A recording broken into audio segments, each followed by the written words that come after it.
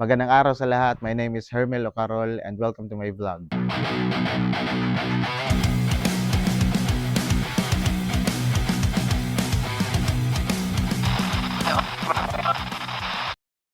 So tama yung nabasa nyo sa thumbnail natin, no, na binenta na natin itong Aerox natin, which is nag-upgrade tayo into an electric motorcycle, and as nakikita nyo, ito yung Storm XR by NXT. And bakit matatawag nating upgrade? Pag-uusapan natin yan mamaya. Kung nagtataka kayo bakit nandito pa itong Aerox natin is dahil pinakiusapan natin yung bumili na di muna natin ibibigay yung unit dahil wala pang rehistro yung isa at wala pa akong magagamit. Which is napakabait niya at pinayagan tayo na ganun yung mangyari. No? And today, mamaalam na tayo dito kay Sonic, yung ating Aerox 155cc. So binenta natin to, no, na kumpleto yung mga in-upgrade natin. Hindi na natin tinanggal itong Street King na side mirrors, itong visor, yung loud horn niya, yung MDL niya na nasa ilalim, yung shock niya, tsaka itong bracket and top box. So bibigay natin lahat yan, wala tayong kukunin dyan para ma-bless natin yung nakabili ng ating motorsiklo. And thankfully, dahil doon, pinayagan pa rin tayong dito muna sa atin itong Aerox natin habang naghihintay tayo sa rehistro ng ating Storm XR. So, ayun yung update sa Aerox natin. Tara, pag-usapan natin yung electric motorcycle na Storm XR. Huwag na tayong magpatumpik-tumpik pa at pag-usapan na natin itong Storm XR, yung mga magagandang nilagay nila dito sa electric motorcycle na ito. So, simulan natin sa harapan. So, if you can see, meron siyang daily running light sa taas. Meron din siyang windshield na adjustable tulad ng ADV. Yan. Yung kagandahan dito, guys, is meron na rin siyang mini driving light with crash guard na yan, guys. So, napakaganda. At napakalinaw nito at napakadaling i-adjust ng MDL nitong ating Storm XR. Na-adjust ko na yan para sa gusto kong height sa gabi. And don't worry, I will make a video about the MDL performance or yung kung gaano siya kalinaw sa gabi. And if you can see, the tires, ito ay combi brake system. Ayan, naka-disc brake na rin to, front and rear. Telescopic na fork sa front. Ayan, napakaganda. Ito, nabili ko to aftermarket. Nilagay ko lang para sa ibang view ng ating Insta360. Sa crash guard naman niya, may nakalagay ng NXT na brand niya. Yun, napakaganda. So, ito nga lang yung parang di ko nagustuhan. Ito, baka di kasi matibay. Baka lang, pero I'm not sure. Pero they made it like it's wiggly dito. Para siguro pag umaandar na yung motor, medyo flexible siya at hindi siya mabilis na masira. So, I think possibly yun yung dahilan, which is good. But malakas yung signal lights nito, which is really good para sa akin. So, yan yung nasa harapan, guys. Yan. Napakaganda. So, let's go here sa ating handlebar. Yung handlebar nito is naka-naked handlebar na. And yung stock na side mirrors nito, napakaganda, parang Street King. So, naka-blue lens na rin yan. Yan. Makikita mo kung gaano karami yung brake fluid para ma-monitor mo, which is really good. So, on this side, ito, para siyang motor. Pwede mong ilagay sa automatic. So, automatic na daily running light. So, automatic siyang pag gumabi, automatic siyang nag-on yung front na front na ilaw. Ito para off. Ito din. Ito sa taas, sports mode. I-on mo to. Mag-sport mode. ito yung para off. So sports mode, dito mo mararamdaman yung kalakasan ng motor na to at pag gumamit ka ng sports mode, gaya ng patarik na lugar, gaya ng pataas or patarik na lugar, gamit mo to with engine brake na rin to. So, ito yung pinaka-safe na gagamitin kung pupunta ka sa Marilake, sa TCH, kung saan mang bundok na pupuntahan mo. And dito yung gear niya. So, yung gears niya dito, it has 3 gears, 1, 2, 3. Ito yung reverse niya.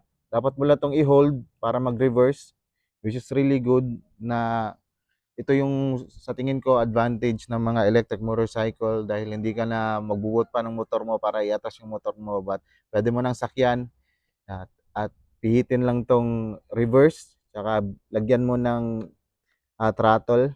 Don't worry guys, yung reverse nito is just maximum of 9 kph, so hindi ka talaga parang madidisgrasya dito kasi mahina lang yung reverse nito, which is really good na merong ganitong feature.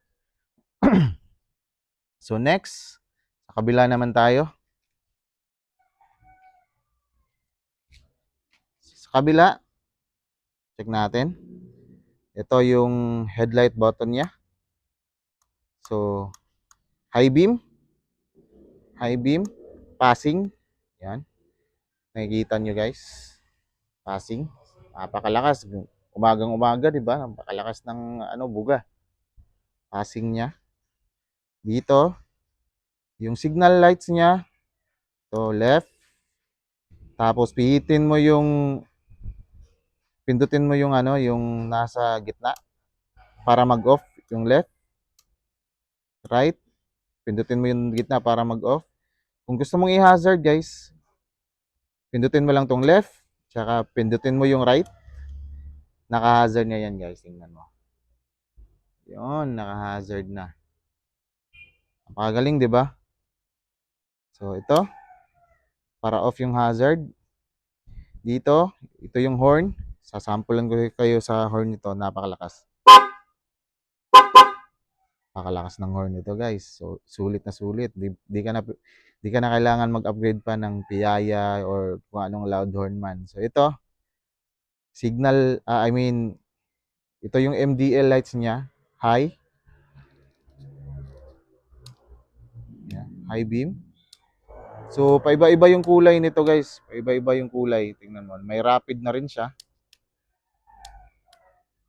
Yan. Di lang masyadong nakikita kasi trick yung araw eh. So, ito. Yan. Passing. So, yan yung nasa left side ng niya, guys. Ng manubela. Naked handlebar. Nilagyan ko na rin to ng phone holder. Saka itong selfie stick ng ating Insta360 for a better view of us riding. So, ngayon, pag-usapan natin itong instrument panel niya. I don't know if nakikita nyo ba. So, meron na itong Apple CarPlay tsaka Android Auto. Currently, kinonnect ko na to sa aking Apple device, sa iPhone ko. And if you can see, pwede kang mag-navigate, mag-maps habang nakikinig ng music. Disclaimer lang guys, wala tong wala tong speaker, itong Storm XR natin. But, pwede mong i-connect yung intercom mo sa Bluetooth ng cellphone mo, tapos yung cellphone mo, i-connect mo dito sa Apple CarPlay or Android Auto. So, ayan. Nakakonect na to sa akin. So, ayan.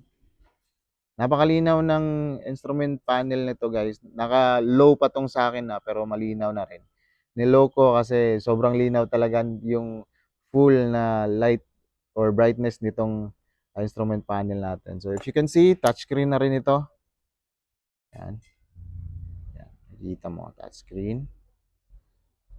Yan. Parang sasakyan talaga guys. Pwedeng itong maps lang yung makikita. Pero sa akin gusto kong ganito kasi gusto ko i-navigate yung mga songs ko. Yan. Yan. So, touchscreen na yan, touchscreen. So, kung gusto mo naman na pumunta ulit sa home menu niya, click mo lang. Click mo lang to. Ito. Teka, hindi ko maklik. Yan. Yan. Pwedeng i-click mo ulit. Back.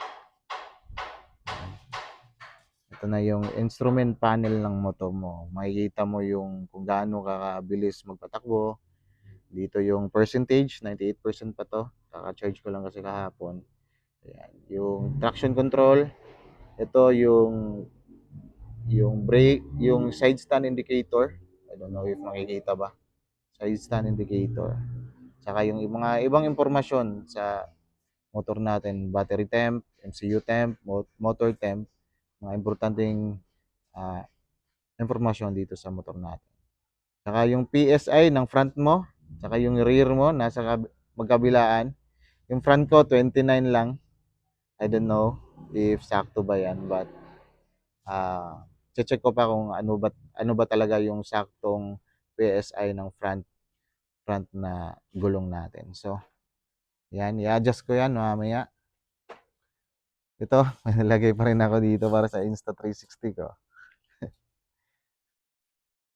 So, if you want to ask where I bought this, I will just put the links sa ating vlog. So, yan. Punta naman tayo dito sa ibaba.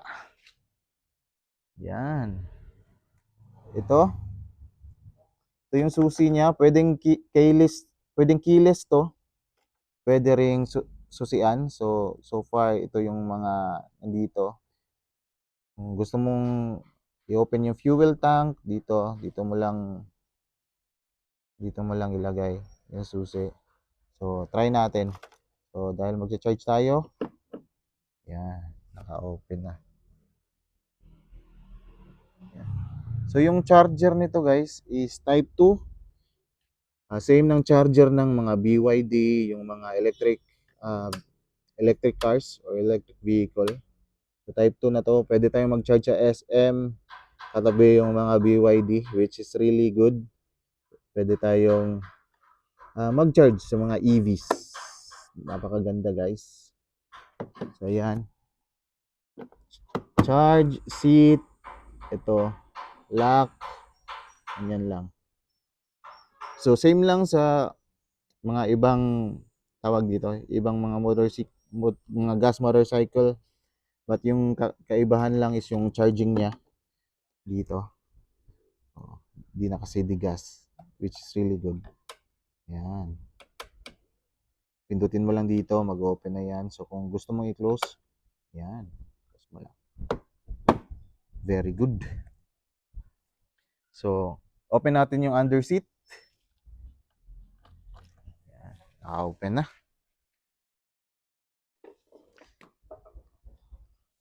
Sa under seat, pwede mong naka-half open. You can see, naka-half open. Di siya didiretso. So, yung nakalagay lang dito is extension wire. Extension wire ko. So, yung recommended na extension wire is 15A. Pero yung gamit ko ngayon is 10A. Papalitan ko pa to. Preferably yung Omni na extension wire. So, ito yung charger niya. Ayan, may takip siya para hindi mabasa. Takip siya para hindi mabasa. Ayan. Ito na rin nakalagay yung pangano ko. Rider's POV. Ayan. Napakalaki ng nito, ng tawag dito, ang battery. I think mga 20 kilos yung bigat. Isa sa mga cons sa motor nito is yung underseat compartment niya. Wala ka masyadong malalagay. So, dapat ka talagang bumili ng top box or saddle bag or side boxes para makadala ka ng mga maraming gamit sa motor nito. So, yun lang sa underseat compartment niya. So, next is yung bracket niya. matibay yung bracket niya guys. Top box ready na rin. So, di ka nabibili ng mga aftermarket na top box bracket. So, ready to put top box na. And nakabili na rin ako ng top box. Iano ko ngayon. Ilalagay ko ngayon. So, yan. The middle. Dito naman tayo sa likod. Ito yung kanyang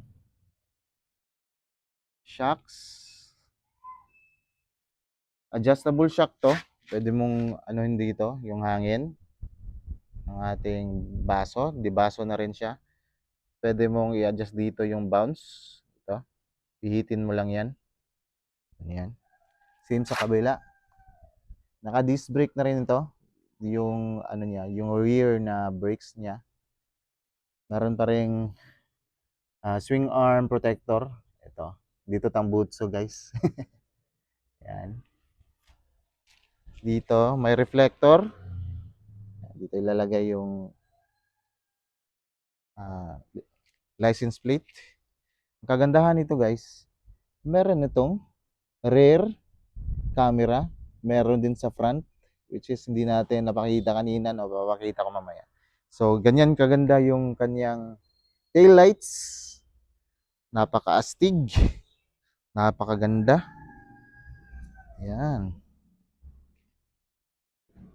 So maganda din yung gulong na gamit nila. Di talaga tinipid to guys. Napakaganda.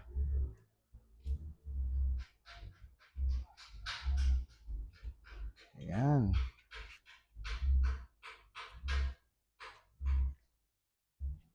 So nandito yung front camera niya.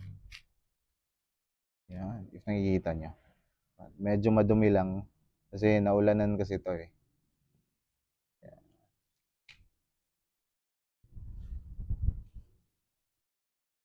So yun lang naman so far meron sa motor na to, which is good for me. And sa susunod na mga videos, mas mag-i-in-depth pa tayo dito sa mga features and sa mga kagandahan nitong motor na to. So sa mga nagtatanong kung magkano nga ba yung presyo ng motor na to and kung paano ba mag-order nito. So yung ginawa namin dito kasi ubusan ng stocks, no. So nagpa-reserve kami and around sa ibang branch, depende sa branch na pupuntahan nyo, yung ibang branch 10% ng total price yung pinapa-down nila. But in my case, sa ibang dealer, 10,000 yung down payment ng ating motorsiklo and the waiting time is around 2 to 3 months and I think sa akin almost 3 months ko ding hinintay itong Storm XR natin and para sa akin sulit din naman yung paghihintay and yung presyo nito is yung reservation nga pala na 10K is i-minus pa rin sa total amount ng presyo nitong motorsiklong ito which is tumataginting na 178,000 pesos. So, hindi pa kasama yung rehistro nun and nagbayad ako ng 2,700 for the registration which is already valid for 3 years which is hinihintay natin ngayon na i-release ng NXT pa sa atin para magamit na natin itong motorsiklong ito and makapag-review pa tayo further kung gaano ba kalakas or gaano ba kagandang i-maneuver o i-drive itong motorsiklong ito. And yeah, that's it for today and hopefully you follow or subscribe for more in the future para sa karagdagang review, karagdagang information dito sa ating Storm XR. So, yun na muna for today's video guys. And if you have questions, if you have suggestions, please comment down below. And don't forget to subscribe to my channel. Thank you so much. And always remember, wherever you go, be a channel of blessing, not a burden to the people around you. This has been Hermel Ocarol saying, God bless and ride safe.